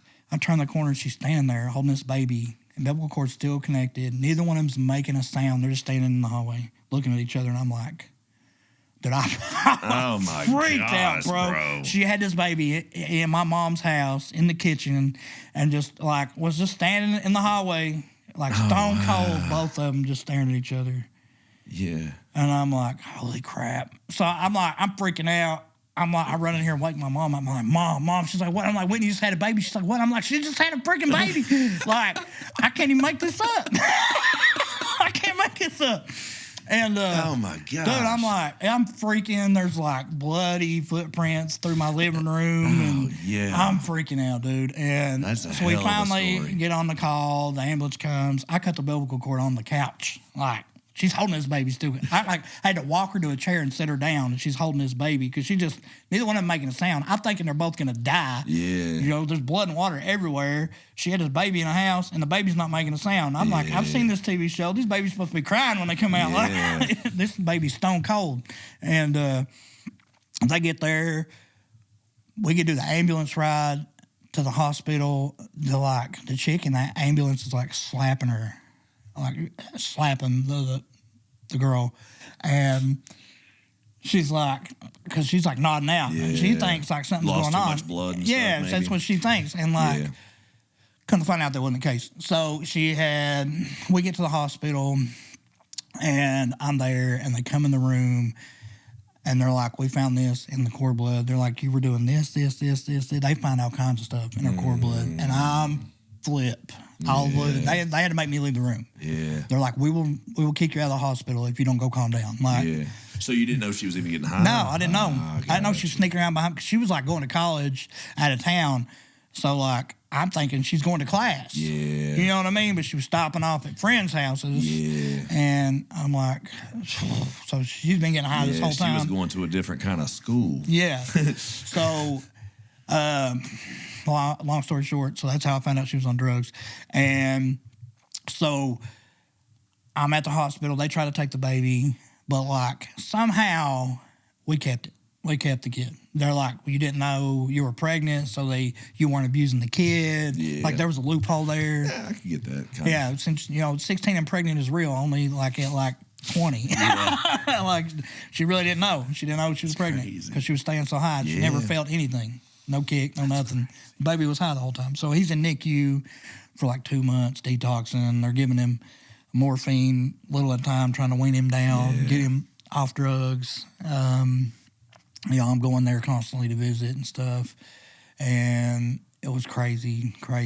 And, if you ever spend your life as like a part-time dad, and I know you know what I'm talking about, it's really hard to let go. Like, I wanted so bad to have a family. Oh, yes. Because, like, I've already got 3 kids that don't know me, that I hardly see, I don't have a relationship with, and, like, you'll drink yourself to death sad over that shit. Dude, I'm telling you. For sure. Like, it's a mental headspace you don't want. Like, especially as messed up as my family was and my life was, like, I wanted a family so bad.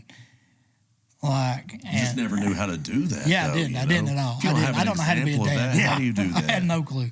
Like, but so we get out, and I'm like, I'm trying to get her clean, and it just makes things worse, dude. Like, you know how it is. You can't force an addict to get clean. You can't. Yeah. Plus, that's got to be traumatic for her too. Not knowing that I mean, all of a sudden you got a baby now. Yeah, and like she wasn't done having a good time. Yeah. She didn't want to, and so I'm fighting with her, trying to raise this kid.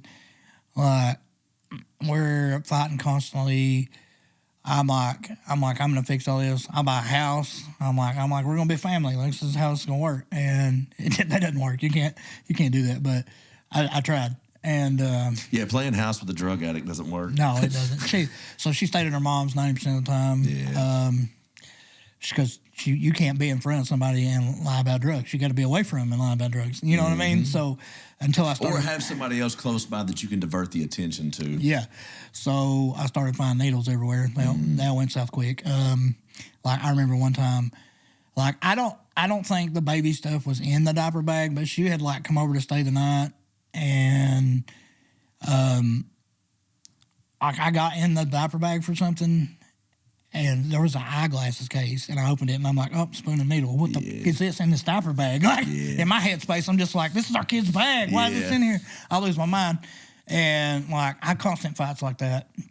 And at one point, like, I realized I was becoming something I didn't want to be. Yeah. You can't face something like that. Like, when I tell you that, like, it's not our job to save people, I mean that. Like, only Jesus can save you. Dude. I promise you, bro, because, like, it's not in our power. Like, that's why the Bible tells us to plant seeds. It don't tell us to save, because we can't. We don't have that power. Dude. We don't. All I can do is give somebody the truth, and it's up to the Lord to do something with that. There's also a lot of freedom in that, though, too. Yeah. Knowing that, because I feel like in the church culture, man, we feel like we've got this burden, we've got this number of people that we got to try to draw into the kingdom, and that's so far from the case. And so, like, God was never concerned with a number. He God killed 2 people in the offering in the beginning of Acts. He was they didn't do the fire the right way. He was not. He was not concerned with the number of people. Yeah. I know that's off topic, but it's just an interesting thing.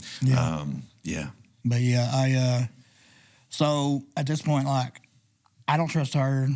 She's trying to do everything she can. My headspace is terrible, bro.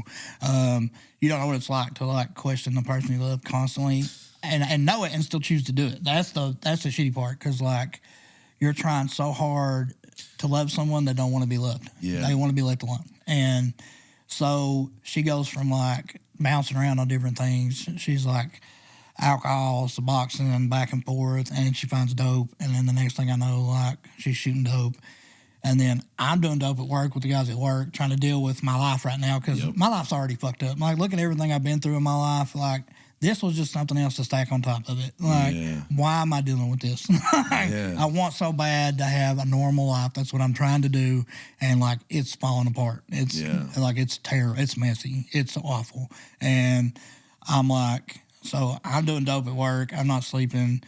And then I started doing dope with her, which was a horrible idea. And I went on like a 3 months binge of like smoking dope and snorting it. And like I was offered a needle a couple times, but I was just like, I'm good. I'm just going to go in the back and smoke this. But like, I think having gotten clean and gotten back on, that was what scared me away from the needle. Versus like, if I'd have just never gotten clean, I probably would have ended up there. Those little moments of clarity and sobriety kind of help a little bit from time to time. But I got on that 3 months binge. I was back down to like 180 pounds. I looked rough. I got in the mirror one day and was like, what the heck? Like, I've lost everything. I'm like, I've been to the gym for years. I built myself up. I caught a job. At this time, I'm making like almost $16 an hour. It's like 2014. Like, it was good money back then. You know what I mean? And I ended up losing my job. I'm struggling. And I'm like, I can't do it no more. So I get clean. So I double down on her because I got clean again. You could do it because your headspace is awful. I don't care where you're at. When it comes to drugs, like either when you interact with an addict or you're the addict, your headspace it's not right. No. Like, you can't, either way, especially if you've done it, your headspace is doubly out of whack. Because you have this ego like, I got clean, anybody can do it. That's not how that works, bro. Some people aren't made the same. Like, I had that willpower to get myself clean because of everything I'd been through. Like, all that stuff had made me a stronger person, even though it had destroyed me inside. So, like, it got real bad. And she was already, like, putting hands on me.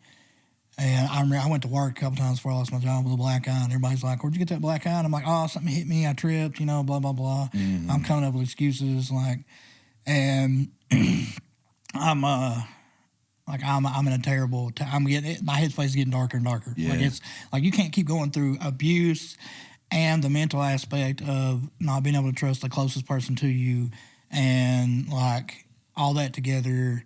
Like, I was just getting back into a headspace that, like, I had tried so hard to get away from. And so she ends up with, I can't remember what you call it. Like, she had a leaky heart valve, pretty much, and there was bacteria. She ended up with endometriosis? Not endometriosis. What is that called? It's with the heart. It gets the infection in the heart. So, she had, like... endocarditis. Endocarditis, pretty much. She had, like, I guess MRSA, and it was leaking out of that leaky heart valve into her lungs and was giving her, like, bacteria pneumonia, like some kind of weird, and she almost killed herself. And so we're in the hospital. She's like, I'm going to get clean. This almost killed me. I've already got custody of her son at this point. Like, she had caught a DUI. I was there. I went home with my son, and that was all she wrote. Like, I ended up with my kid, and I had him for like 7 years. But she's clean now. She has custody back. She's got her life together. I'm not down on anybody here. But back to, I'm not talking about other people. But so we get back. She's on like this pump. They got to come and give her shots every day, and they've got that one PICC line to her heart. And they're shooting antibiotics straight into her heart. And she finally gets it out, and like the next week I catch her with drugs. Oh, yeah, dude. And I'm like... Oh, dude, I know people that's been in there with endocarditis and still shooting dope while laying in the hospital. Yeah, I don't know, but that was when I caught her. It was like a week later. And I'm like, dude, when I say, like, I lost it. I, like, choke slammed her in the yard. I picked her up by her throat and slammed her on the ground. I threw the dope out of the middle of the yard. I was losing my mind. And I think at that point she told me, like, she'd slept with somebody or something. Like, I was losing my mind. And at that point, I realized I had to leave. Yeah. I can't save. I can't. There's nothing I can do. I can't save this. Like if losing your child and being scared to death, almost dying, didn't wake you up. Like I can't. There's nothing. Nothing I can do. And is there something in you that wants to save somebody in a way, just because of all the stuff that you've went through? Like maybe if you can make it better on somebody that's going through a tough time, you almost have some heartstrings that get pulled. Oh yeah, definitely. I get that, dude. But like I said, you can't save people. You just can't. You can't. And especially to your own detriment. Oh yeah. And at this point, like I'm the monster. Yeah. Like she's an addict, but I'm clean. Made you a monster. Yeah, but I'm clean and I'm putting my hands on people I shouldn't be. Like I wasn't raised to put my hands on women. You don't do that. You know what I mean? And here I am. I mean, it doesn't matter that she's abused me. It doesn't matter what she's done. I'm like, it's time to go. Like if I'm putting my hands on her, I'm somebody I'm not supposed to be. It's time to go. Yeah, I gotta go. So we split up. I leave. Well, it's just speed up now. There's not a lot that goes on. I stay clean. I work. I had a job at Molly for like 4 years. I don't know. Molly is they make engine parts. It's a really good job on Morristown. I did some Molly a couple of times. Oh yeah, but I never worked I've done that too. I wouldn't mind working there. Maybe I don't know. I'm just kidding. But I've done about every drug out there. But at some point, but I've done heroin, just not with a needle. But I've done angel dust. Ooh, wow, no, that doesn't even come around here very often. You got to kind of go look for that a little bit. I remember, like, we used to smoke blunts laced with shrooms. We used to, I've done. I went through $1,000 worth of crack one night. Whew. I mean, I could see somebody doing that, though. I mean, it's just, I remember, like, me and a buddy of mine, he was a tattoo artist out of the house, and, like, we gave the guy $400 up front, done $400 worth of crack, and then was like, hey, man, we'll do free tattoos on you if you'll come back. Shoot, yeah. And stayed high all night, and then, like, that was a horrible experience. I never smoked crack again. That was terrible. You can't chase a high all night long and be like, I want to do that again. I've never done crack. It's one of the only, I don't know, man. I feel like I had too much dignity to go to crack. I've done it, man. I don't know. Man, after everything I've been through, I had no dignity, man. I was like... I don't know what... I just probably never had the chance. Yeah, I don't think I was ever just around it. I've done it all. I've done cocaine. I've done all different kinds of pills. I've done morphine. I've done Opanas. I've done oxys. I've done roxys. You know what I mean? I've done patches. I remember when I was chewing on fentanyl patches. Oh yeah, when I was in high school, I was sitting in class eating morphine suckers. You know what I mean? Like you just break the millimeters off the end. It's a sucker. Like they don't know the difference, bro. We got caught doing that one time. Well, I didn't get caught, but the kid in the class got caught because he nodded out on the desk. He got too high. He just drooling all over the table. Man, we walked. Like I was a messed up kid, dude. I walked around the mall when kids were supposed to be mingling and drinking Everclear and Dr. Pepper, drunk off my ass. So what kind of has changed everything? What was that a spot where you just got to like a rock bottom there? Yeah, like obviously you had been at a few bottoms, but like the rock bottom. Yeah, I think like jail for me was my rock bottom, but that was like a realization at that time that I had to deal with who I was. Yeah, you know what I mean? Like I'm still carrying around this monster that I thought I'd gotten rid of. Yeah, but he just hadn't had a chance to peek out. For sure, you know what I mean? So, but I moved on. I didn't deal with it. Years later, I met my wife that I have now, and she was a godsend. I'm not gonna it had to be God. It was funny. Like the guy I was buying steroids from, it was his wife. Yeah, and he was abusing her, and she finally split up. And I'd said hi to her twice. I never talked to her. It wasn't like I stole his wife or anything, you know. But we didn't really know each other. But she had sent me a message, and she's like, "He's cutting all your shit, like he's robbing you."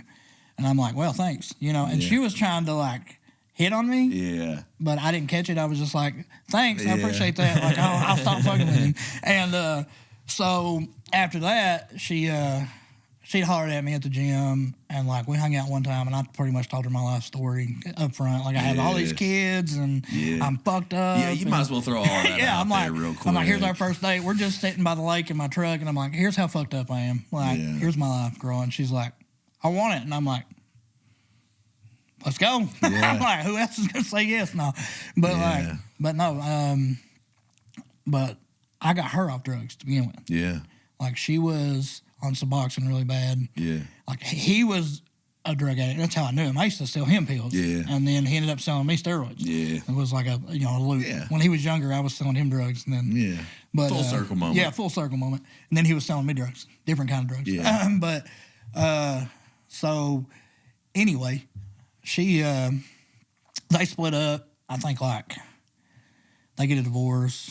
We're already together while they get a divorce. Mm-hmm. She moves in with me. She gets pregnant. We get married. Only this time I want to get married. It's not like we'd already talked about marriage. Yeah. We found out she was pregnant. We didn't get married because she was pregnant. Yeah.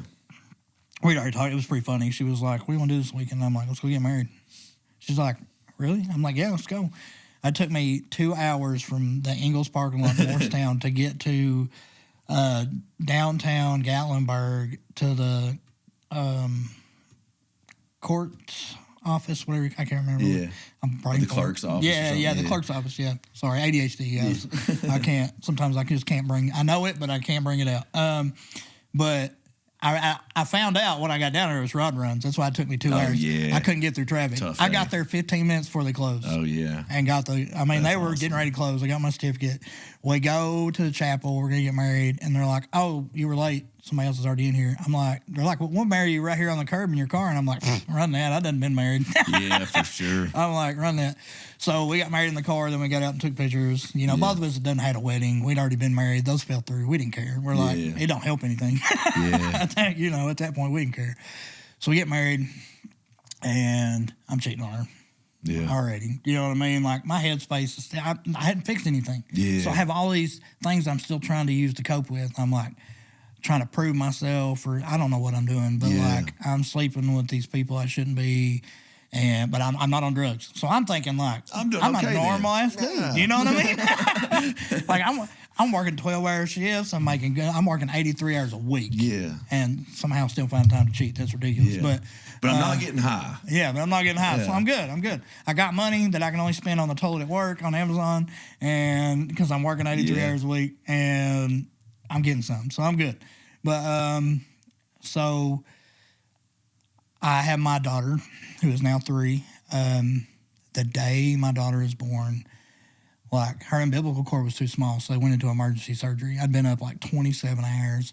They go into emergency surgery and do a C-section because her heart is stopping. Because she's not getting enough oxygen and stuff through the umbilical cord because it didn't develop all the way. It was too small. Yeah. And so they go in there and take her out. They bring me my daughter. She's beautiful. I'm like, "Where's my wife?" You know how you had emergency surgery and only brought me my daughter. Where's my wife at? I'm freaking out. I'm like, "Where's my wife? She's not dead, right?" They're like, "No, she's in recovery." I'm like, "Good, okay."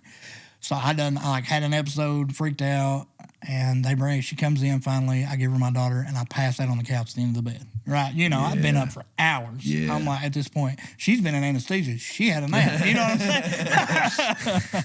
So she had a nap. I didn't. But so I pass out. My phone is next to her. Well, I get a text from my ex, and she's like, "I shouldn't have slept with you. My boyfriend left me. It's all your fault because I mentioned your name." I'm like, "Oh, shit." So she found out I cheated on her the day I had my daughter in the hospital. Yeah. And I'm like, "Oh, shit, dude. What do I do?" And I'm like, I break my phone right there, slam it on the ground. I'm like, I'm free. What else can you do but act a fool? Like, you're caught, bro. I mean, you can either be like, "Yeah, I'm sorry," or you can act a fool.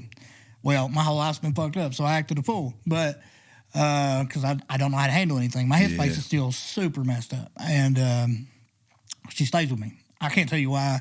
I don't know why. I never cheated again, which I actually wasn't cheating on her at that point. It was something that had happened previously that had just caught up to me in the very wrong moment. Like, that was the worst possible moment. Probably. So instead of leaving me, she prays for me. Starts praying for me. And yeah, she starts praying for me. And like, she won't really talk to me. I don't know she's praying for me. And she's keeping a prayer journal. Like, she's writing all this down. I've never read it. I don't want to. I don't want to know where her headspace was. That's her private stuff. For sure. And but like, she prayed for me. And she nagged me about going to church. Nagged me. God, that might have been one of the most loving things that may ever done for you. Yeah. That's I'm telling crazy, you. dude. That's why I say she was God's sin. Yeah. Like, I'm not playing. Like, and she wasn't following God until all this was going on. Like, her life got so hard that she drew back to God. Yeah. And then in that, she drew me back to God. Yeah. You know what I'm saying? Like I'd been out for like 15 years. And it's funny because I wrote around everywhere in my Bible. And like even in my worst moments, like I prayed to God, like, take me. I don't want to do this no more. Like I'm miserable. Like I can't face this world anymore. I can't. Yeah. You know, like darkness is scary, bro. Your head is a scary place. Oh, yes. Especially like when you're alone and you've been through so much crap, like I just, at night, there were nights, I'm a grown man, I'm going to tell you, like, there's nights I laid in bed and I just cried and cried and cried. I didn't even know how to stop crying. I didn't even know why I was crying. Yeah. Like, so much crap had happened to me. I just, like, I remember bawling and begging the Lord, like, almost every night to just end it. Yeah. Because at this point, I was too big of a pussy to do it myself. Yeah. I get that, dude. I was. Like, there was plenty of times that I'd sit down with a gun and I couldn't pull the trigger. Oh, yeah. Like, I was just... I don't know what it was. I don't know why. Maybe it was the little bit of church I did have in me that told me, if you kill yourself, you're going to hell. Like, you know what I mean? Like, I think that's a whole thing, and that's too. why, like, I begged God for it instead. Yeah. Like, oh my God, please just take me. I need you to do this for me. Yeah, I need you. I can't do it. I need you to do it. We're like needing somebody else to take care of our shit. That's what addicts do. But like, and so I finally agreed to go to church. Like 3 weeks later, I realized I'm at home. I rededicate my life, and I'm still snapping. Like, and I've been doing this to my whole marriage. Like, my wife is scared of me on top of cheating, you know, because when I snap, I snap. You know what I mean? I'm like throwing stuff at the wall, sticking it in the wall, like breaking stuff. I'm losing my mind. Like, this darkness in me is so bad. I can't do nothing with it, bro. Yeah. Like, I don't know what to do. Like I say, I'm in the inside looking out, and I can't control it. Yeah. And so I start begging God, and slowly but surely, like, it was gone. Yeah. Like, that darkness just, like, that's why I say, like, where there's light, there can't be darkness. Because, like, as God filled me up, the darkness went away. Yeah. Like, and I can now face my stuff. Like, I can look back, and it doesn't hurt me. It doesn't bother me. Yeah. I can talk about it and not break down. Like, I used to, I'd even try to talk about most of the stuff, and I'd break. Like, you know? But I have a peace now that's like he built me up for a purpose. Oh, dude, you can feel it, though. When I'm around you, you can just feel it. I think it was something that kind of drew me to you once I started talking to you. And then, like, just sitting here hearing your story, it's absolutely amazing at all of the stuff that you can go through. And just a couple of years ago, even still being such a crazy, messed up headspace, dude.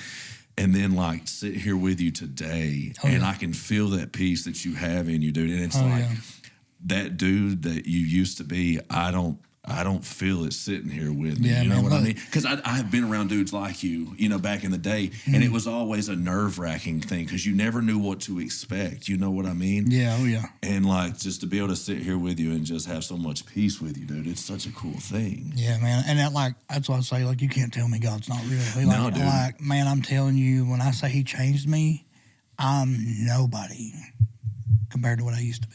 Like, for sure. I'm a youth pastor now, for one. You know what I mean? But that's not even the biggest thing. Like, that's a calling God gave me. But what God done for me before that, like the way he changed my heart, like, my marriage now is the best relationship I've ever had in my life. My wife trusts me 100%. For sure. 100%. 100%. Who can say that? That, like, your wife caught you in the hospital the day your daughter was born, cheating on her, and she trusts you now, she'd let you go anywhere. Yeah, God can restore all those things, dude. And, like, it's I a beautiful thing. remember sitting on the couch one time, and something started pulling at my heart. Like, you got to apologize to your wife. You got to talk to her. Yeah. Like, it's time. It's time to repair. And, like, I left for work that morning, and, like, it wouldn't go away. It was on my heart all day. Yeah. Like, I didn't matter. I couldn't get it out of my head. I couldn't stop thinking about it. I was headed to the gym that night after work, and on my way back, I called her, and I was like, when the kids go to bed, like, I got to talk to you. Like, I got to. And I got home, and the kids were already in bed because, you know, I'm at the gym super late anyway.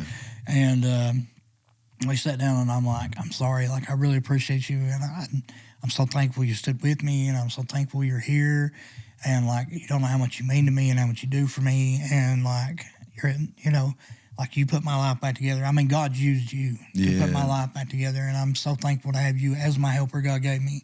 And she started bawling, and I was crying too, And when we got done, she was like, I prayed for that this morning. That's awesome.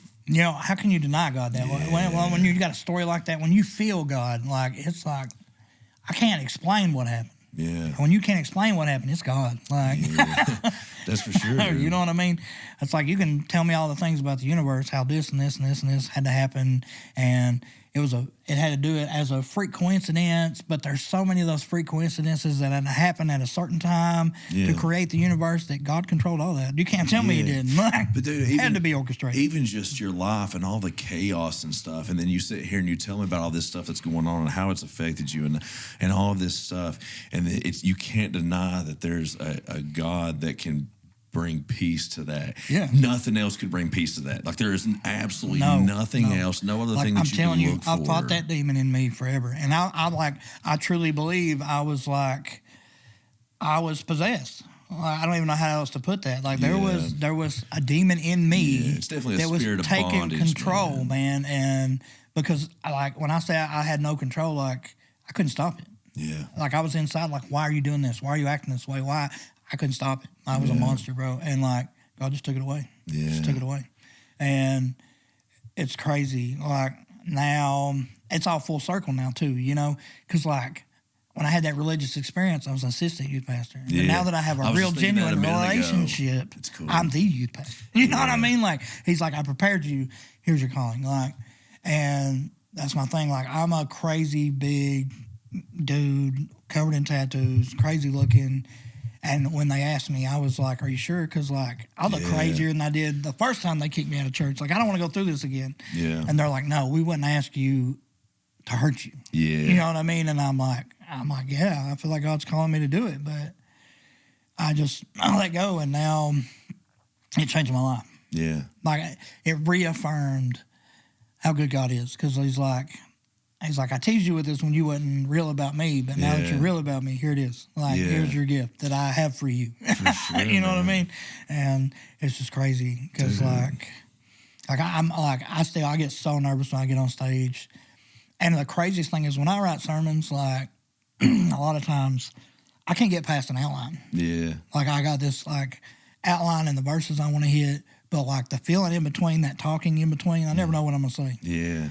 Like, I leave it to the Spirit every time I walk up to the podium, and it always works. And he done that for me when I was in men's Bible study. When I would lead men's Bible study, like, I'd have an outline, and I would fill myself with knowledge. Yeah. But, like, the Spirit does the rest. For you know what I mean? And it always worked for me. Like, like that's it, 100%, dude. Like, if you don't have a relationship with God, you don't know what you're missing. Like, that's the real Father, because that's where I figured out how to be a father. Yeah. You know what I mean? Because, like, when you look at God, you look at this guy who, like, he always provides. And, like, he made a way for us to be with him. Like the prodigal son story. You know what I mean? Like, no matter how bad you mess up, he's waiting on you. All you got to do is turn to him. Yeah. You know what I mean? Like, he loved in a way that, like I don't know how. And, like, so for me, that aspect as a father, I want to be. I know I never will be that aspect, but, like that's the only aspect of a father I have to look up to. Yeah. So to be for sure. You know what I mean? That's awesome, dude. Joseph, thank you so much, dude. This has been incredible. Like, I appreciate it, I bro. knew you was going to have a hell of a story, but I would have never and thank you so much for just getting raw. Oh yeah, man. I mean, there's some people that probably need to really, really hear that, Oh yeah. Because especially like you've just been through so much stuff, man. So I love you, dude. I'm so glad you're here, man. I look forward to working on it. We just worked out together this morning and stuff. Yeah. And so, we're going to start doing that some more. We're kind of developing this little group, It's a really cool thing, man. And I'm just loving how this whole thing's just bringing some people together. It's such a cool thing. Dude, once again, thank you so much for coming. Bro. Gentlemen, thank you so much for stopping by. We've got 2 cameras that are dead right now. So we're out of time. Yeah, bro. we're running out of time. But we run it till it's shut down. This was so, we used to shutting places down. You know what I mean? But gentlemen, I love you. Thank you so much for stopping by.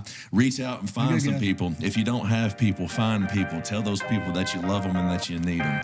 I'm Zach. This is Man to Mike. I'll see y'all soon.